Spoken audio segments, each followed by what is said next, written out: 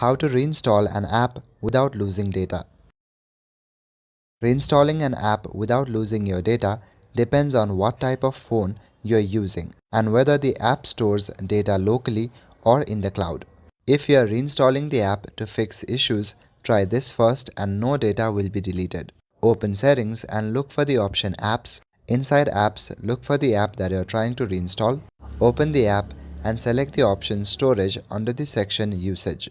At the bottom right corner, click on Clear Cache. But if you need to uninstall the app, then you might want to back up your data. To back up your data, open Settings on your device. Here you will see the Google option. Click on that. Now inside, select the option Manage Backup. Now all my data is automatically backed up to my Google account.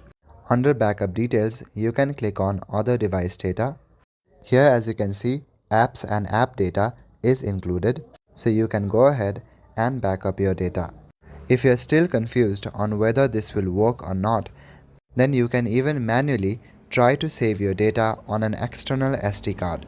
Just simply copy and paste all your data files from that app to an external device. After reinstalling, you can simply copy paste that inside your app. That's all for today. Thank you.